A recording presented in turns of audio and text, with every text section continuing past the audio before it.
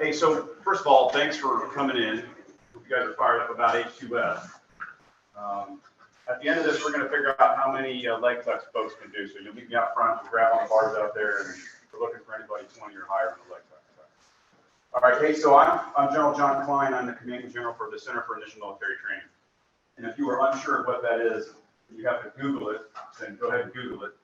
But I want to share with you a couple things that we do within CIMT, and it's really so you guys can couch your questions at the end of this presentation. Okay, because you don't have to necessarily stick it right through H2F. We cover a lot of things within CIMT, and I want you to be able to kind of think on that, stew on that while we do the presentation at the end.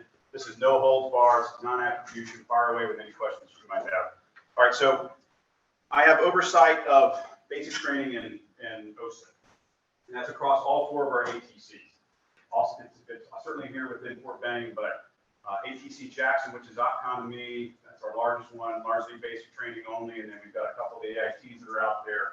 The basic training that takes place at Fort Sill and the basic training that takes place out at Fort Leonard Wood. Word, task, and battle drills, that's CIMT. Skill level 1 tasks, that's us as well.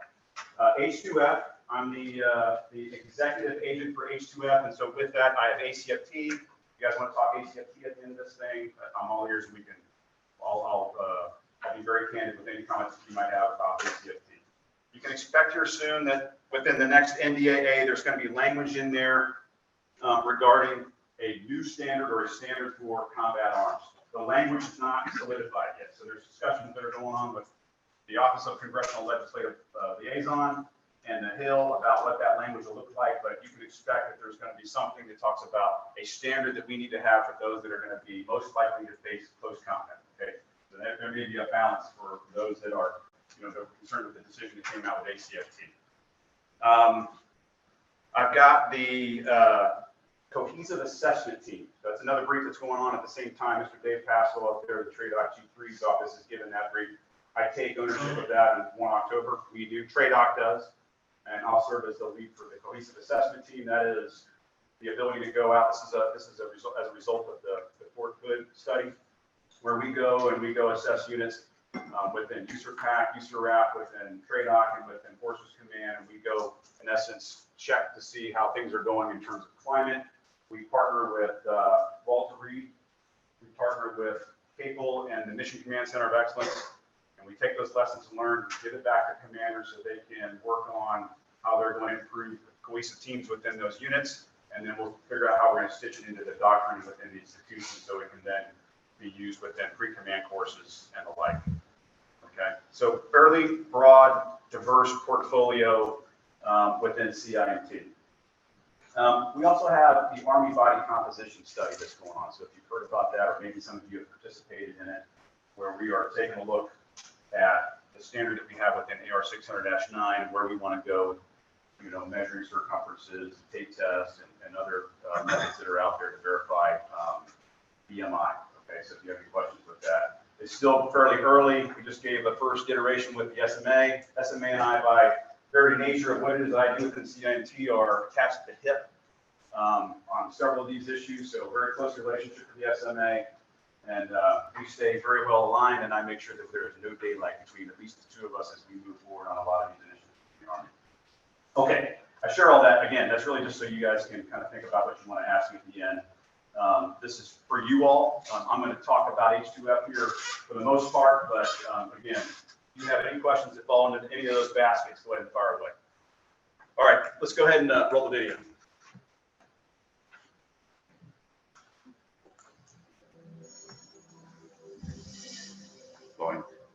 The Army has always evolved to meet the needs of the country. The next stage in the evolution is placing our people first. The Army's newest investment in soldier lethality and readiness is the new weapon system or vehicle. It's the introduction of holistic health and fitness. H2F is the world's largest human performance optimization project, transforming the way our soldiers prepare to fight and win our nation's wars. Teaching soldiers how to properly train, fuel, recover both physically and mentally, and spiritually be prepared to accomplish and conquer their mission. Holistic health and fitness. increasing soldier lethality and readiness today, and creating a healthier soldier for life tomorrow. Okay, let's go to the slides. We got to work on that video. It's not cool enough, sure. The music, we got to swap that out. Okay, so I'm going to talk about these 4 areas today. We can go anywhere you want to go, frankly, but that's kind of the structure for this. Let's go to the next slide. All right, why do we need H2F? I don't know how many of you seen this street before or something like it before. I don't know if you've been out to H2F industry days. Okay, so some of it may be a repeat for you, but hopefully it's not for most of you. I'll start off by this. 34 years ago, I went to basic training AIT at 11 Bravo, right here, Bravo 254, in 1988, and I became infantry as a private. And it was a slightly different Army in those days. Later got commissioned in 92 as an artillery officer, and then I did a branch transfer as a lieutenant over aviation, and that's where I remained. And I can tell you, and some of the older folks in here can probably tell you stories about an Army that was slightly different. You know, we were focused primarily on one PT test that we saw for 40 years, and won't go into the whole history of the PT test, but you know, push-ups, sit-ups, 2-mile run was largely what we prepared for. Most units did. It wasn't always necessarily tied to a warrior task and battle drill, what you needed to do in combat. Sure, there was PT that was going on in a lot of units out there that was tough and it was challenging, but for the most part, the benchmark was PT test. I remember my platoon sergeant as a lieutenant who was hotboxing a cigarette right before we went on the run, and then as soon as we got done on the run, he did the same thing, and you know, it calmed the nerves, and it was something that we joked about, you know, on the field out there. We used to say things like, I'll sleep when I die. Probably still going on out there. You go to any CTC rotation, about the 72-hour mark, you talk to leaders out there, they normally have a coffee cup in one hand, they got a spit cup in the other hand. Sometimes they get the two confused, and at the time they get the two confused, you know it's time for them to hit the rack, but they're making poor decisions. And we know that sleep is an issue. They would get up in the morning, all of us did, go to the chow hall, and the chow hall, and any chow hall, actually probably up to about, like this, many of our chow halls. You know, I can tell you exactly what's on the main line in any chow hall, pretty much in any defect that we've got within the Army. You're going to see the eggs, you're going to see the biscuits, you're going to see the gravy that looks the same in every single defect. You're going to see all those high-fat diets or meal options that are down the line. And, you know, the joke is, you know, this is the breakfast of champions, and that kind of commentary goes on and has since I've been in for 34 years. This is why we need it, though. Some of these statistics are frankly alarming. And you guys you can read through them there, but 70%, and this is as it's related only to health. And this data, by the way, there's a little teeny blurb down there. It's got double asterisks on it. And it's all from the Health of the Force report. So this is something that comes out from the medical community that we pulled this from.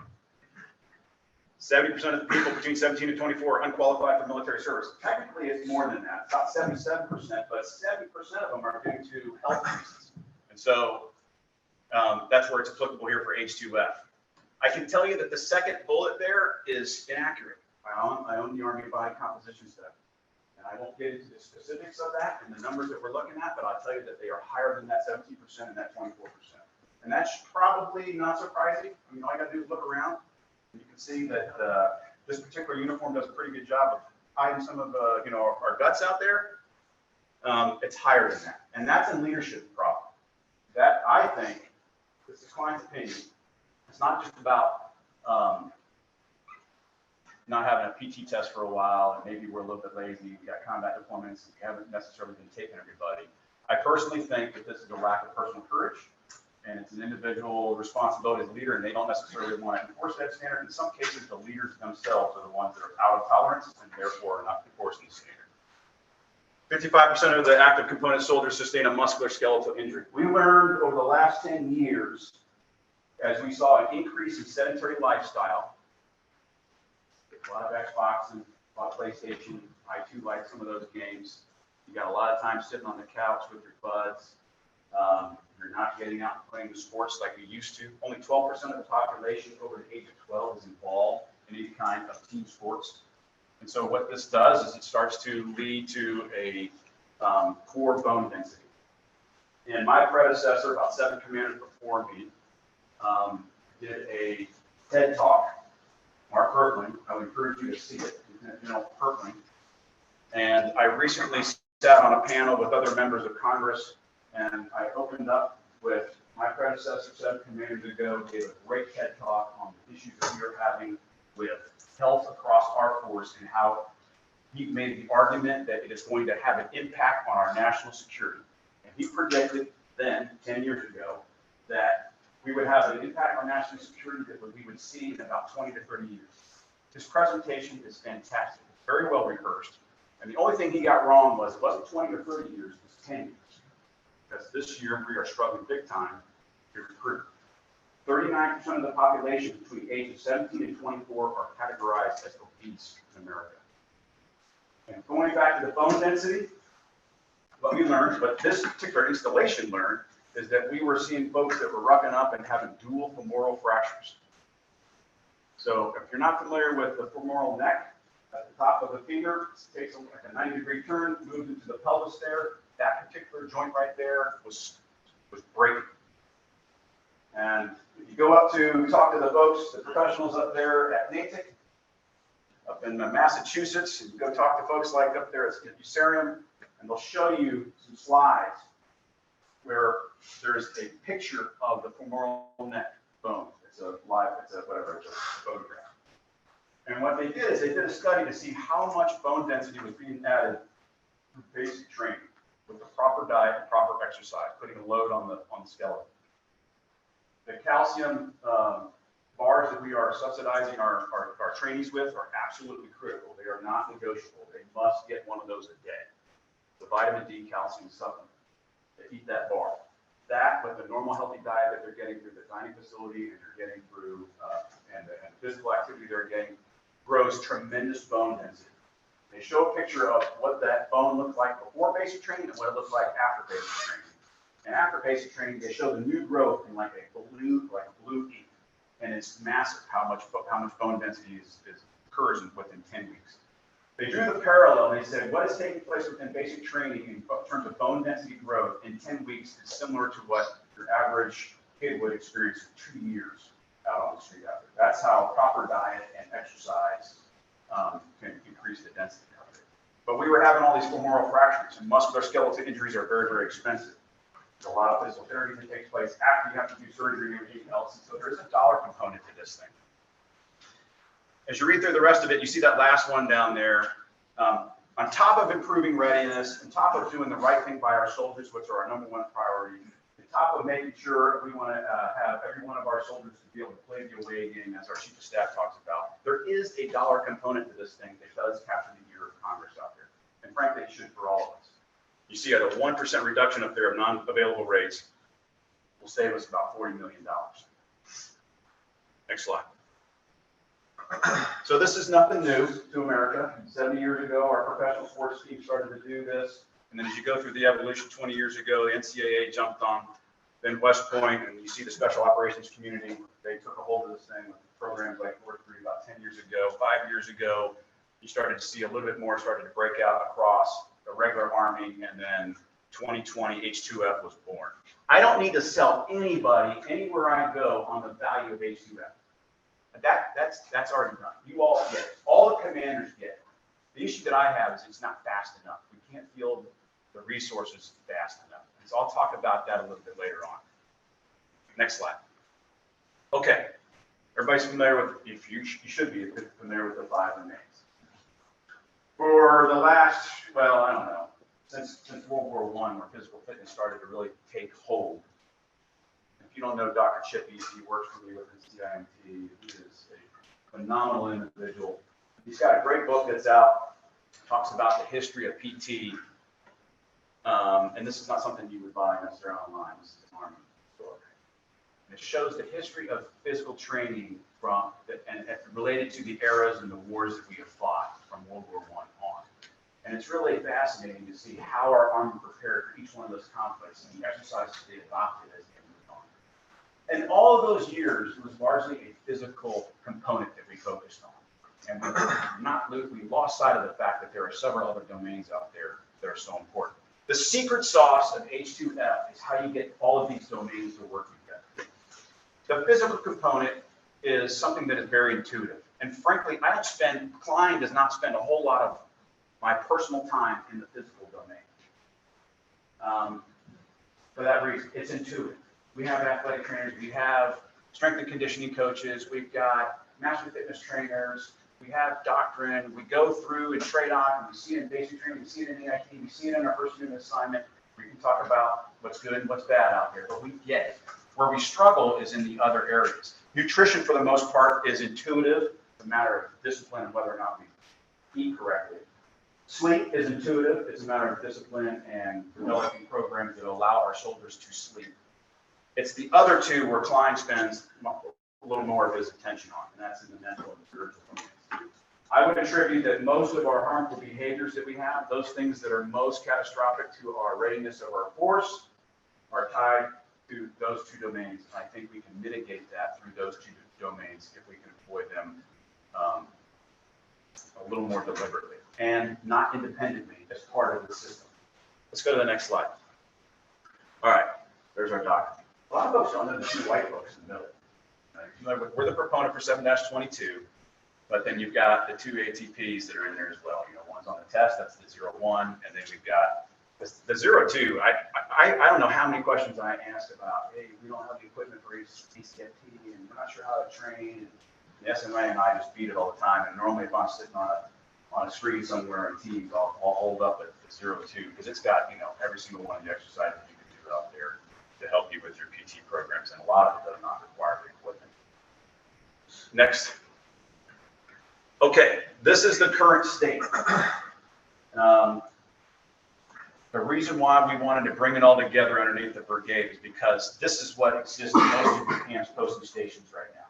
It's disaggregated.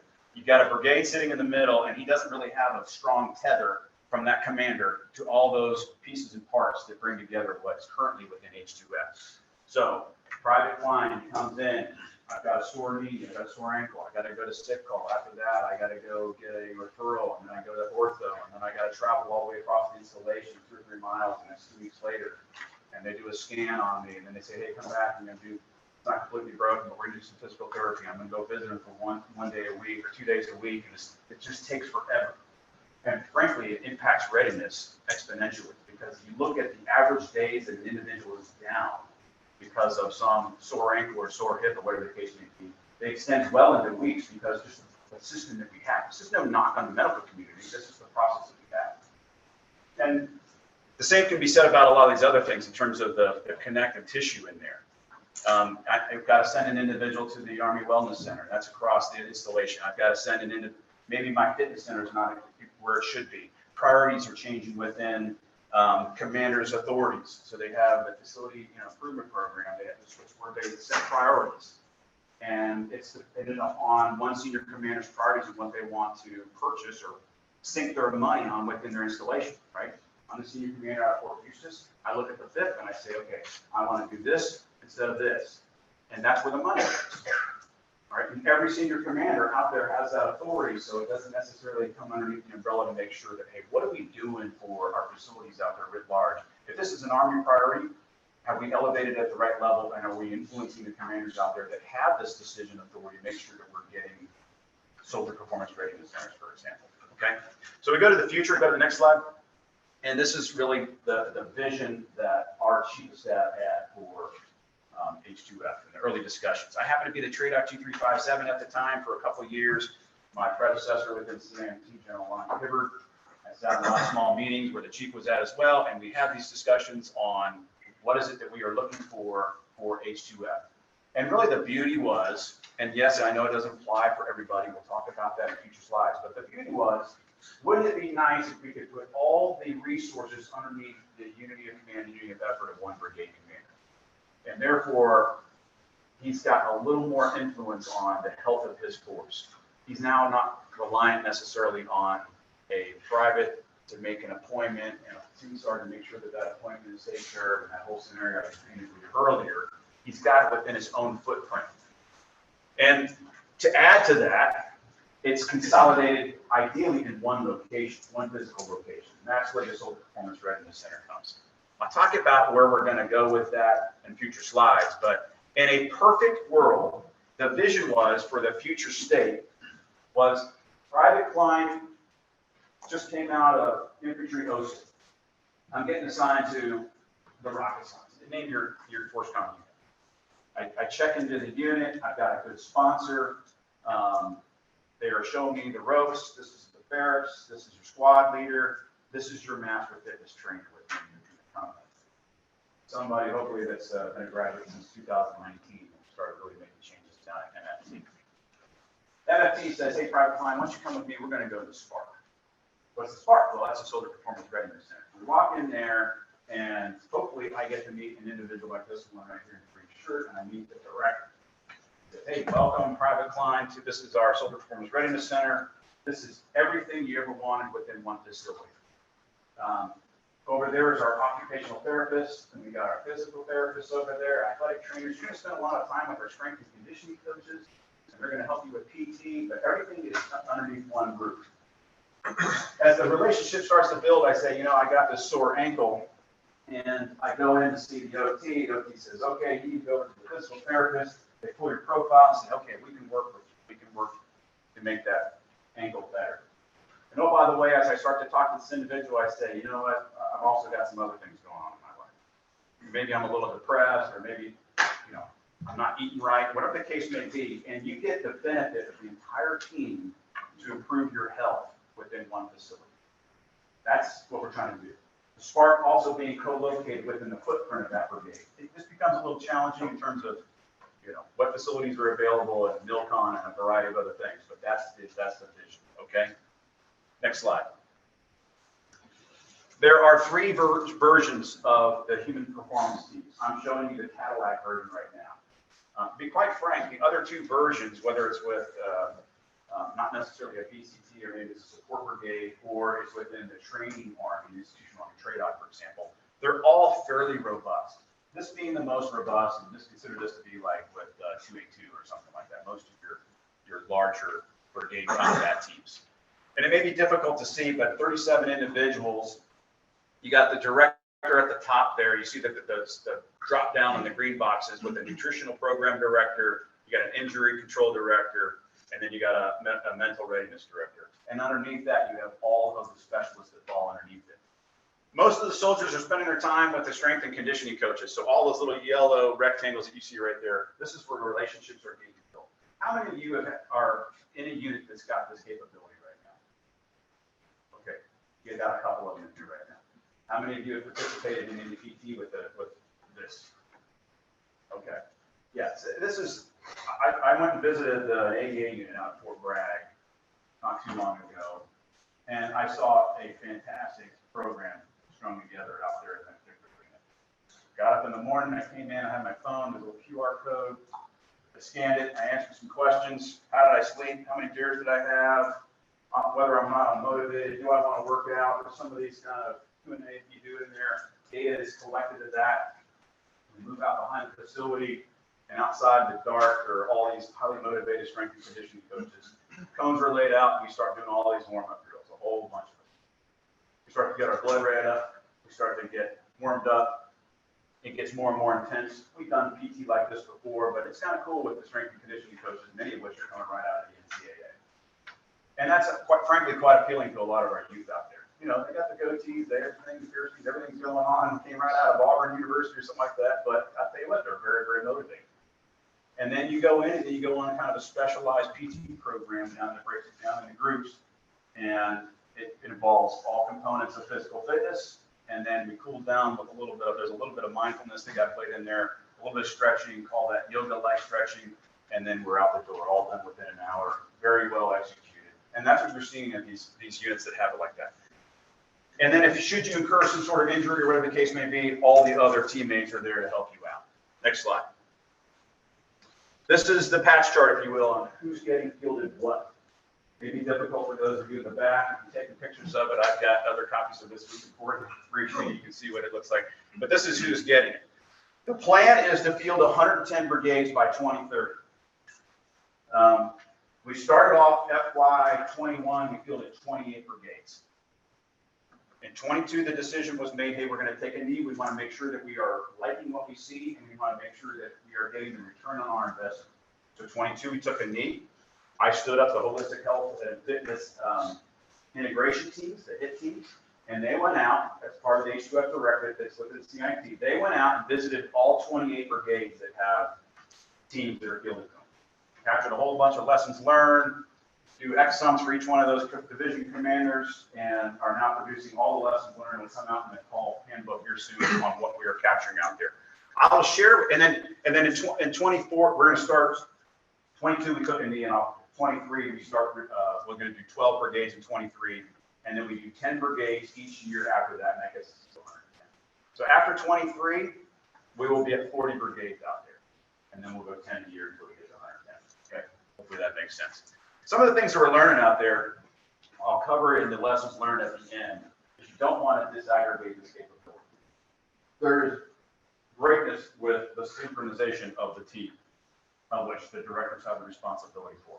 Frankly, we're still learning a lot about it. If you go in, for example, when you have some sort of head injury, and you go to, like, say, Walter Reed, for example, and you're trying to figure out what is going on, you're going to see a team of specialists within Walter Reed to figure out what's going on within your head injury. Some of it's going to be, done by a neurologist. Some of it's going to be done by somebody that, frankly, cognitive performance specialist. Could be somebody that just wants to work on the way you're thinking, the way you are, your behaviors, what it is that you're doing on a daily routine.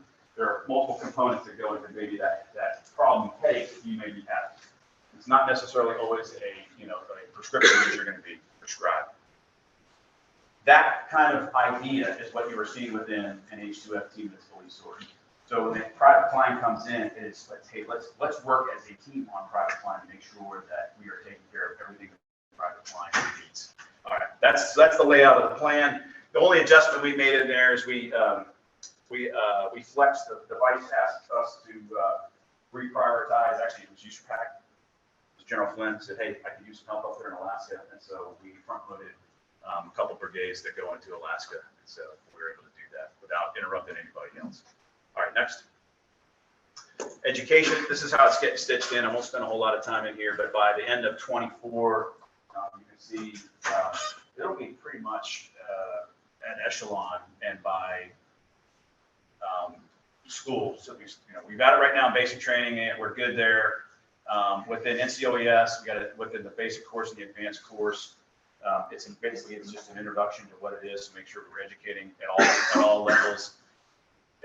In this next year, we'll hit level 3 and level 4. So you can see SLC, Captain Career Course, Warrant Officer Advanced Course, and then we'll get into CGSC and the senior course for the warrant officers.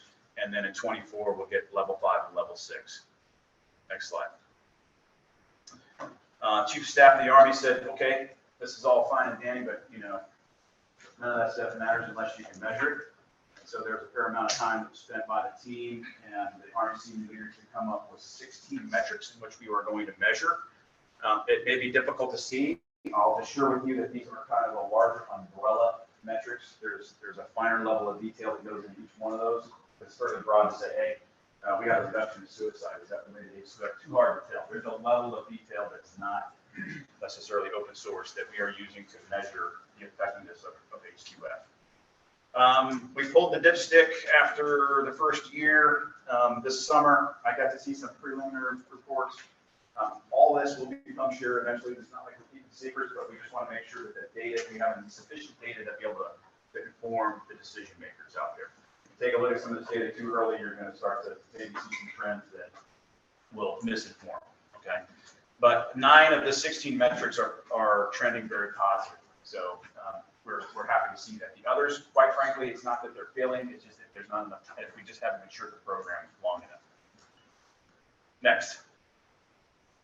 All right, Spark. I kind of described it earlier.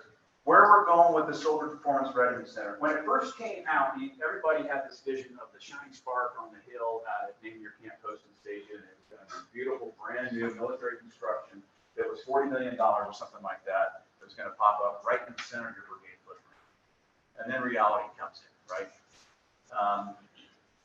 And frankly, folks don't want to wait until 2030, right? So if I'm a division commander, let's just say hypothetically, I'm out at picture the 4th ID. And I'm not speaking for General Hodge here, but this is just hypothetically, and I say, hey, I don't want to wait until I'm going to be fielded, whenever that's going to be. I want to be able to do what I can right now while I'm here. And so I've got some resources that are at my disposal. I'm going to start to put it together myself. Frankly, I would do the exact same thing, and I would say, okay, that gym, let's beef it up. I'm going to sink some money into it. Let's start to make that thing look like a little more like the vision of a social performance revenue center. The office spaces that are on the exterior of that particular gym, we're going to dedicate those for the subject matter experts, the professionals, as part of the performance teams. We're going to put them in there as well, and I'm going to basically make a soldier performance revenue center. But I'm going to have to allocate some of my resources to make that happen. Well, so that's going on out there all over the place. To a certain extent, it's happening right here at Fort Benning, right? So you've got a facility here that's pretty nice. It looks a lot like what we want to see within a Spark, and I'm seeing it everywhere else I go. There's a fabulous one that the Special Operations Community out of Fort Bragg. If you haven't seen this thing, it is unbelievable. That really is the shining standard on the hilltop. Priorities are what they are. There's a lot of things going on in places like Ukraine, and so money starts to get shifted out there. And so the latest discussion that I had with the Incom CG as of last week was, we're probably not going to move in the direction of military construction, which we have to program 5-6 years out and build in there, and it's very expensive. Rather, what we're going to do is invest some R&M money where we do basically renovations and do the maintenance, modernize existing structures. The other piece of this is that there's just not necessarily a footprint to put a brand new military construction gymnasium kind of thing in your footprint, but you may already have an existing, like for example at Fort Jackson, they have a really, it's going to be perfect when we finish this thing, but it's an old maintenance facility. Actually, it's got these bays that are in there where these pull vehicles in. They're going to gut that thing out and they're going to turn it into a Spark, and it's going to be perfect. So that's what's going on out there.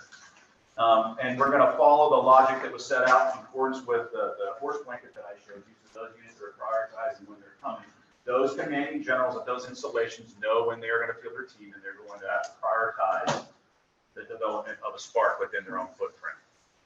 All right, next slide. All right, H2F or non-resource brigades. So I only talked about 110 brigades. Certainly we have a lot more than 110 brigades within the active component. And I didn't even mention the National Guard and Reserve thing. It gets a little more challenging when you get into Compo 2 and Compo 3. And it's not necessarily exactly applicable either, right? So within the active Army, you can have a brigade in its entirety within one footprint. You might want to build a soldier performance readiness center there, and you have a 37-man team. You get into, how many National Guard Reserve do you have here? Okay. So as we know, within Compo 2 and Compo 3, a lot of times that they are, you've got a company here, you've got a company here, it's all spread out all over the place. And so it's, what does this look like for those particular combos? I've got an officer that's on my staff that's doing a whole, National Guard is actually running fairly fast with this. And it's a little bit unique depending on the state, because they can take state funding, they've got a variety of funding streams that can come in there. And so there's some great innovative ideas that are taking place within the National Guard.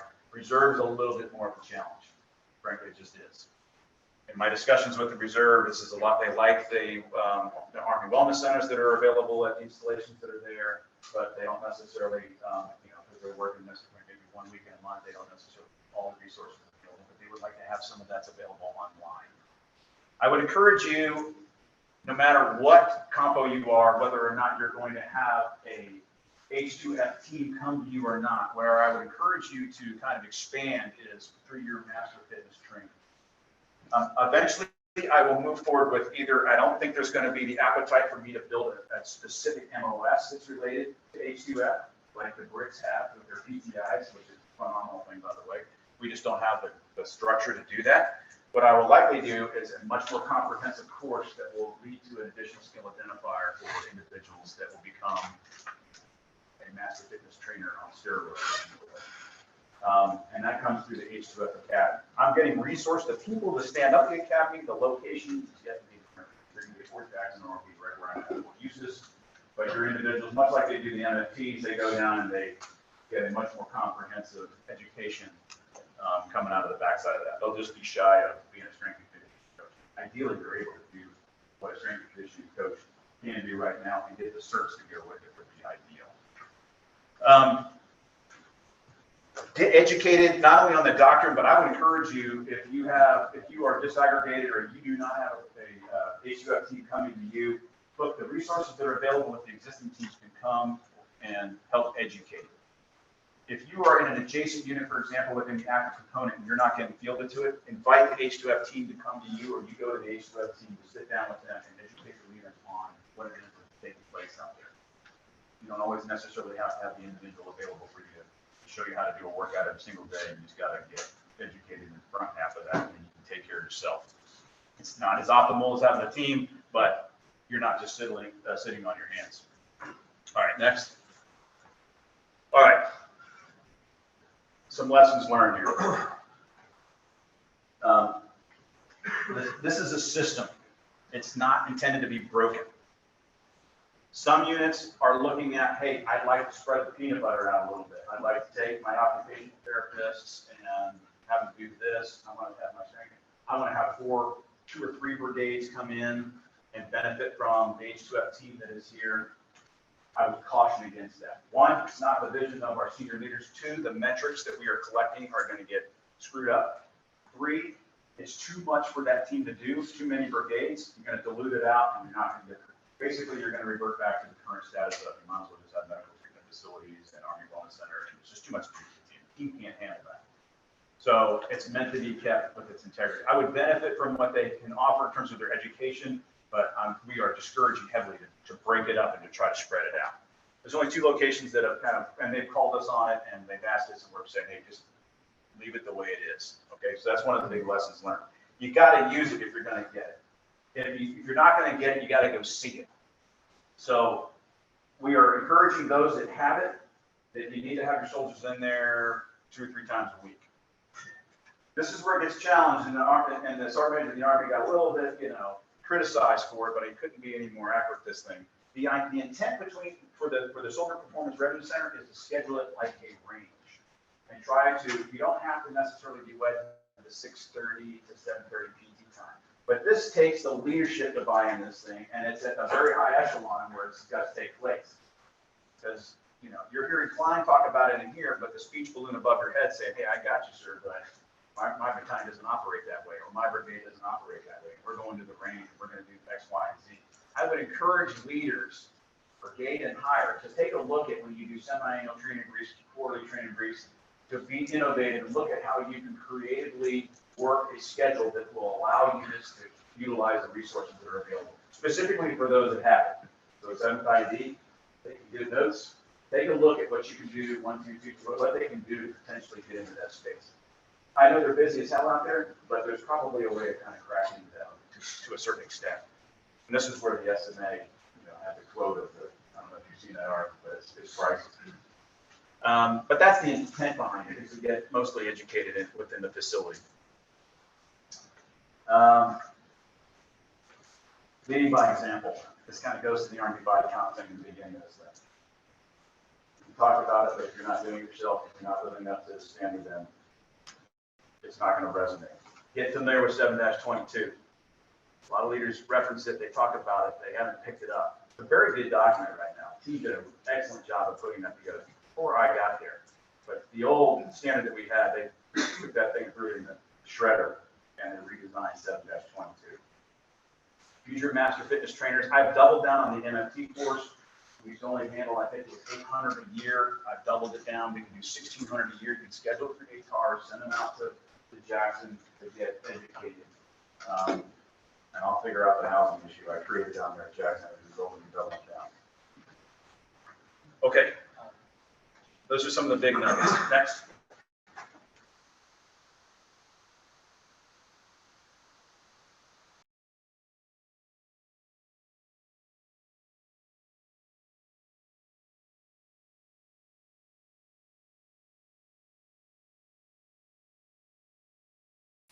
All right, I'm going to have this. A few months ago, got the chief, the 4-star opportunity to talk about what we're doing within basic training, drill sergeant academies, things like that. But I was able to close with a little bit about what we're doing within H2F. And I had a slightly different slide than the one that's up here, but I won't go through each one of these locations and what we're finding out there. But there is goodness everywhere. So while we work to tune up our metrics and see what the data is going to inform us of, I can't ignore the fact that I've got just tons of individual success stories that are popping up everywhere we look. So the team is going out and collecting these. And I had a slide that I shared at the Senior Leader Forum where I wanted to talk about just the lives saved. I'll put it that way. This one talks about all the components and some of the great things that are going on everywhere. But I had a slide up there, and this was as of about, I don't know, that June, I think, that I did the SLURF. That by my count, just from the stories that we collected, that we've saved, I know at least 5 lives from just the stories that we pulled. And this was because private Klines out there are building relationships with their strength and conditioning coaches. And they're starting to get a little more familiar with each other. Because we've got some good leaders that we're hiring with these H2F teams, and they're not afraid to make a connection with the soldier and get to know them a little bit better. And so they start to open up, soldiers start to open up. This is natural. There's no, we'd like to say that every squad is the perfect squad, and that we trust our leaders every unit we've been assigned to, but in some cases there's a reservation to open up. But what they can relate with is this individual that just came out of Auburn University, and they've been working out with them for a few weeks, and so they start to, share things that are going on in their lives. And when this happens, the teams are doing well in terms of, hey, they take it back, they want to protect the identity, but they want to then leverage the capabilities that come to the team and say, hey, I'm working with this guy, Private Kline, and he's got some issues going on back home, and we as a team can probably help this individual out. All right, so it's happening all over the place, and it's saving lives out there. So these are some others that are unrelated to what I just described to you, but I will close with a video and then we'll do Q&A. Go ahead.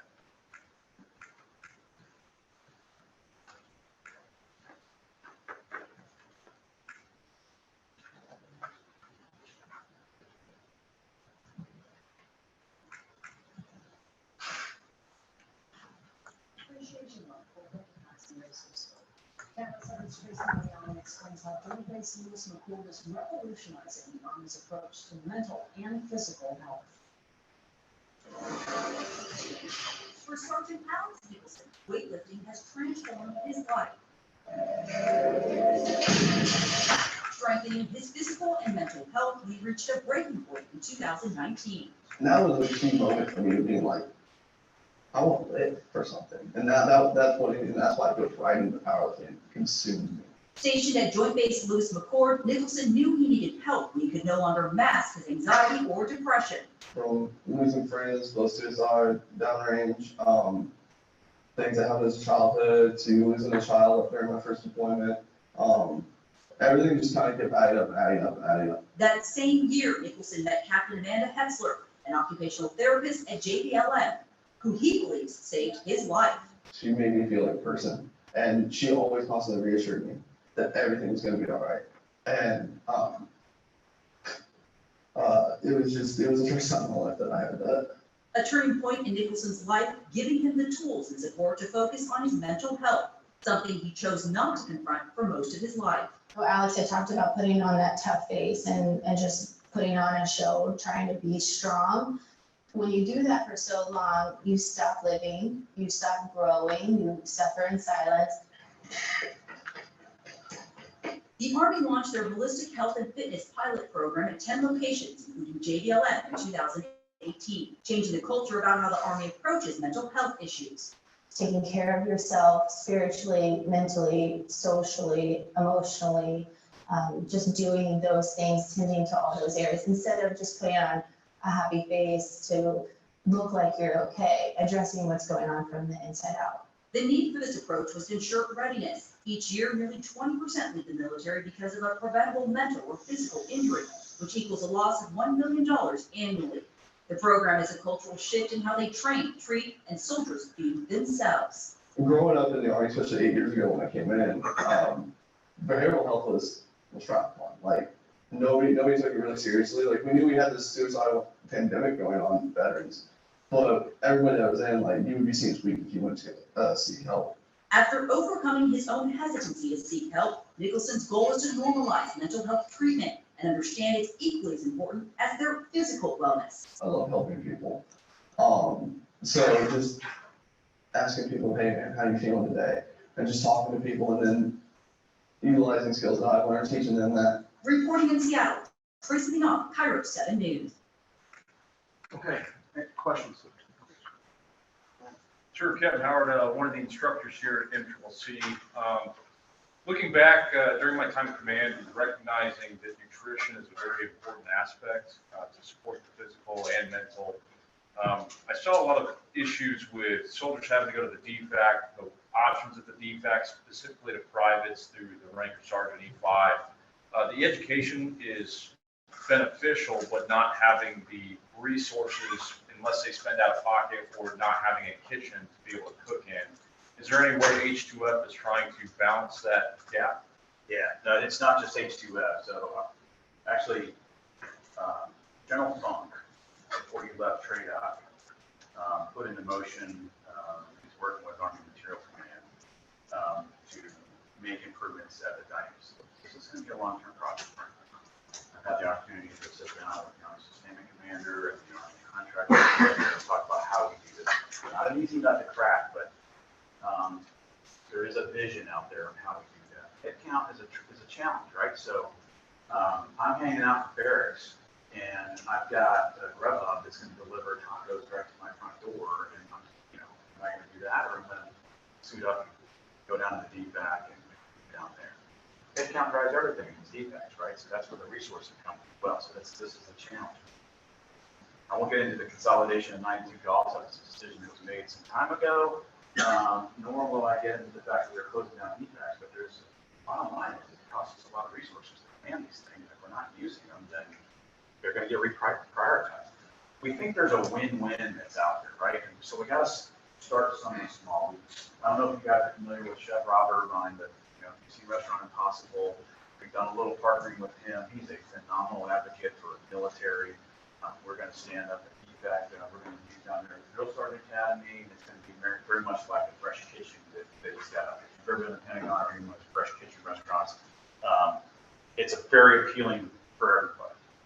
And so it'll compete well out there. And then you get, and at cost, you get a good variety of menu options. We're learning that, there are long existing contracts that have existed out there that are regionally controlled on dining facilities. And they are all required to order their protein, starches, whatever the case may be, from a joint catalog. And that's owned by DoD. So it gets somewhat bureaucratic in this space. And those contracts, when they are due to get renewed or expire, there's an opportunity out there for these regions to say, okay, what we want to do is we want to reopen the bid here. This is exactly what we're looking for. We want to be able to diversify our menu. We don't want to be stuck on cutting open bags, dumping crap in there, it's all of this stuff. But we also know that there's probably going to be a lawsuit on our hands. There's going to be a fight, literally a food fight. So, but the leaders, all of us, are willing to push the envelope on that and try to move this thing in the right direction. We saw a great example of what it could be like out at 282. Everybody down at the DFAC out there at 282. All right, so 2nd Brigade, 2nd out there. And this is kind of a good model to follow. So you walk in the 282, it's part of their H2F team. Of course, this is one that's manned by 92 golfers, right? So we're working out with the contractors on how we do this. For example, I'll get back to this contracting piece. We're trying to take the warrant officers that are our food specialist warrant officers. We're actually going to do this. And we're moving them into these locations that they're going to renew their contract. And they're going to serve as the CORs on the ground. And they're going to be, in the words of the previous TRADOC Commanding General, they're going to be the toughest SOBs we can find. They're going to hold them accountable if they cannot execute the standard, right? So go for breed and all these other initiatives, they better execute the standard or out you go kind of thing. So we just got to be tough on them. But you go to 282, I walk in, and right front and center is a display area where they've got one of the cooks that's there. They say, hey, welcome to the dining facility. We've got for you 4 or 5 new menu items we want you to try out. They're using the same protein, same starches, and everything that they already order as part of their catalog, on the catalog, but they're different recipes, right? So you go through. This is why you're waiting in line to get into the main line. But you taste a couple and say, yeah, I like that one. They take a tally and say, okay, you like the chicken a la king, you hated this, whatever the case may be, and they pick the favorites to shape the menu in the future. Meanwhile, I go ahead and get the main line, and I get a damn good meal. And I come out of there, and if I want to, what I can do is I can say, okay, look, I'm in here for breakfast. I want to go ahead and order my lunch and my dinner, which they will then prepare for you when the time comes. They will package it in a very nice container with the macros labeled on top of it. I can just go pick it up and take it back to my workplace. 18th Airborne Corps helps subsidize the cost of the containers out there. That's a nice, so it's also, my buddy at the motor pool can go pick up all our meals or whatever for lunch and then bring them all back and we can eat. So that's a movement in the right direction. Very long answer, but we totally see it that way. A lot of it is frankly discipline. It's individual discipline and it's leaders leading by example on how to eat right. We can talk about it all day long and then I grab up the tacos and it's like credibility. Questions? Sorry for a second. It's more like a comment. As you rolled out what we found in the 82nd, what worked is without strength coaches, great individuals, great Americans. When they come to us, they come to us from a standpoint of an athletic program. And so what we've done is take, we put them in kit, we take them to the range. So they understand that how our paratroopers get injured, because it's not a football injury, it's not a basketball injury, so they understand how the injuries happen and they understand how to get them better to get back to doing that task. So, and then what we've done is just create a program where in our team leader courses, they go to an H2F program because our injuries are not from, it's from movements, it's from, a young team leader, a squad leader, not understanding the capabilities of their paratrooper, making them lift too heavy, not doing the right movement. And so that LHG program is a level above a win. And so if you're going to look for a win, I think, you've got to get somewhere where people getting taught the right, how to, you're never going to have enough strength coaches. What you're going to need is all those squad leaders to be to a level where they understand the movements and stuff like that. So that's a win. So that's how we got at it, because let them understand how our paratroopers get injured as opposed to. Did you guys also have the red, white, and blue platoons? Yeah. Is that you guys as well? We're doing great, sir. Our programs. Yeah, you guys had different abilities, different things you could do. It's part of the rehab, as you move on. I think that's stuff. Yeah, you go in the red and then you want to blue to kind of progress out of there and graduate out of there. That way you're able to do it in operation. 3 months for an individual rehab.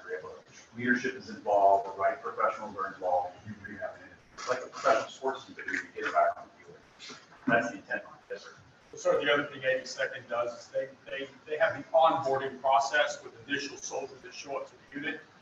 And that assessment is a holistic assessment that helps identify many of those needs early on and gives them that initial unbeatable score. And then they have those periodic reevaluations that are holistic in nature and fall directly into H2F. As a division, 82nd is well ahead of any other division that I've seen in the Army so far. And they, right there at Bragg, they mirrored a lot of it off of the Thor 3 and integration. 10th Mountain also, there's a lot of professionals out there. 10th Mountain's got With 82nd, they're over 90% man on their H2F team. Helps, and they have twice the number of strength coaches that 10th Mountain. So a couple of. Go 82nd. I've never been there, sir. Me either. All right, questions, go ahead. I'll go to you next. Sir, Carson Randall, Tactical Athletic Performance Center, one of the strength coaches there. So just doing some meathead math really quick. Fully staffed, 110 brigades with 10 to 15 strength coaches, between 11 and strength conditioning coaches. We get asked on a daily basis, and you mentioned it earlier about the appetite for a strength coach MOS isn't there. But is the Army considered maybe having some sort of expedited process for a soldier who's interested in maybe having the future in strength conditioning, transitioning into one of those strength conditioning Yes, roles? we have. So a couple things there. One, ultimately, we'd like to work ourselves out of a contracted solution.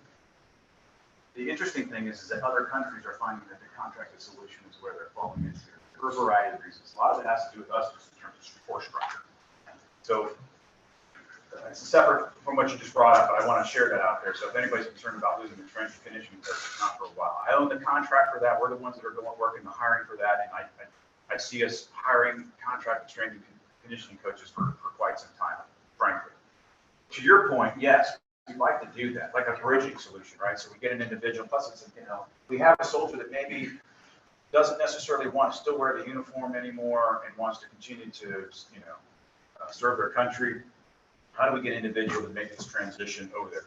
Frankly, we had a very hard time hiring a lot of the athletic trainers and strength and conditioning coaches there for a while. So we had some tough conversations with the contract holder on how we do that better. It's since improved and we are gaining momentum there. But a bridging solution for a soldier that wants to make that transition, get the certs, whatever the case may be, yes, we're very much interested in making that transition take place. It's going to come down to what we were able to do with the H2F Academy and the additional skill identifier that I'm able to develop on. Like I said earlier, I would like it so we can have an individual that come out of that. If they don't have the cert themselves, they're pretty damn close or well in the way, so they can finish it up on their own. There are some existing programs that are out there like that. Go ahead. Sure. This Army had gone the diesel for 198, however, block the H2F, and I really like the program. But where do the MFTs fit into this situation? Is there a plan to have continuing education opportunities and really requirements to those MFTs? I know a lot of MFTs across the coast that are really out of date on information, but they're still certified as MFTs. So somebody that went to school in 2010 is still serving as an MFT in a company. And they're putting out bad information. Is there a plan to kind of Re-blue them, if you will. Now, we can probably do some stuff that's remote. I mean, that's why we often say 2019 beyond is where your MFT started to really get H2F, integrated in there. Prior to that, it's just, it is dated out there. There's only so much bandwidth I have to, re-blue everybody, to be frank about it. And so, there's quite the backlog when I took command on MFTs, so we doubled the throughput to try to fix that, and it's working. MRTs for that matter too. There's a mental spiritual component of this thing, so the master resiliency also a key component. Break to the MFTs that are prior to 2019. I mean, one, there's some self-education. It's going to take a little bit of motivation. Let's get familiar with 7-22. Link up maybe with an MFT that has graduated since 2019 and kind of do a little self-growth there. We'll see what resources we can put online so folks can tap into that and get kind of re-blued. But at some point, I mean, you're going to be a little bit of a dinosaur down the road. It's not the best answer for it, but what I don't have is like a bar program or something like that where I can we'll have to take a look at how we can kind of reinvigorate these individuals that want to be it. They just happen to get educated earlier, but they want to continue to be relevant. I got to take that one on. It's a valid point. Because there's a whole population out there that are MFTs that just aren't schooled on the current doctrine, and I just got to reschool. I'm glad you brought that up. That's one thing. So, I probably got time for this one and one more. How was H2F enabling exposure readiness out of 2010? So if you look at the regulation and read what spiritual readiness is, it's not religion. Okay, so step one, read 722. Step two is understand exactly what we're getting there, getting after here. This is a lot about character, providing an identity, imparting our values on an individual. It's making that connection. I mean, owning basic training and OSA and all that has to do with initial military training, I get that's the advantage that I have that I get to see that we are trying to, in a period of 10 weeks or 22 weeks or infantry OSA, take our Army values and imprint them on an individual that has lived something else for 18 years. It's not something that we can do in that time period. What we can do is get them on the right trajectory and then hope that sponsorship and the first unit of assignment will continue that path, right? As it relates to the spiritual domain, this is not about Catholicism, Judaism. It's not about any of that stuff. So if you read exactly how we have it written in there, this is about more foundational. This is about getting to know who you are as an individual. How do you fit into the Army? What does it mean to wear the uniform? Who you are as a soldier. It's this kind of component to it that is, frankly, very, very important. And a lot of our soldiers don't have that. They don't have an identity. And a lot of them are youth. They want to go from job to job to job to job. Eventually, I got to find somebody that's going to replace me. I got to find somebody that's going to replace this colonel over here and sergeant major. And this is Gen Z is a little bit different animal, right? So this is about, hey, this is the greatness that comes with joining America's finest team. And look at how we live and how the values that we live by. You got to get them to buy into that and embrace it because it is awesome. But it has nothing to do with, hey, have you been to church lately? One more question. Sir, Lieutenant Colonel Andy Jones, 381 County Commander. As more and more brigades are fielding their sparks and they start bringing all of those services to one place, my expectation would be you'll see less utilization at the Army Wellness Centers and some of those other services on post. Is there a phase 2 fielding plan to harvest some of that structure that's being saved to bring it to the brigades that work fielded in the first wave? That's a tough one. What we're actually seeing in some cases is the migration of some of these specialists are coming from the MFTs and they're filled in the H2F units, right? Because now you've got it right at the front edge. We have within TRADOC called the TOMS, and we have this organic medical structure that we have that we push forward. It exists here at Fort Benning and other places, and it's been hugely beneficial in driving down lost training time. We handle a problem at where a point of need. I talk about the story of a blister. I don't have to get this thing triaged. I don't have to wait forever in the medical facility, all this other stuff. It's like some specialist comes in, some soldier came right out of AIT as a 68 whiskey, whatever, fix you all up, slap some moleskin on it, you're back in the fight again, you're good to go. Your question, I don't know if that's necessarily true that we're going to see a reduction in the Army Wellness Centers there. That's a dipstick I haven't pulled, frankly. That's the one probably for the medical community to say, hey, what's going on here? I would argue that it's just not happening out there. We've been limping along out there and say, I'll deal with it later. And Army Wellness Centers have their role and H2F teams have their role. And not everybody's got H2F. The optimist in me would say, hey, what they've got within H2F, within that brigade is freaking awesome. I want some of that, but I can't dip into that because they can only handle so much. But I understand they have some of that capability at the Army Wellness Center. Platoon X, come with me. Let's go visit the Army Wellness Center, see what capabilities they have there. If you haven't been to any one of these Army Wellness Centers, go check them out. They got a lot of capability that's right inside your camp post or station, and you don't have to wait for H2F. The reserves really like it. All right, I got to wrap it up here because I got to stay on time. So. So just a caveat on top of that is that before we went, we train all the PhD courses for the officers. We see a little bit of a gap between what's being filled with the USACIMT with TOMS, and then you have the sparks out there for force command. Inside the PhD, we're training the educational part. The educational part is more beneficial if they can do hands-on training. So these are catch-athlete performance center folks. That's just one stretch of the issue. They've been funding because of the issue as well. Yeah. Okay, I got to wrap it up, Pete. I'll take off the mic here if any of you want to come and ask personal questions, whatever. I'm available until I got to sit with the panel on sessions. Appreciate it all. Thank you.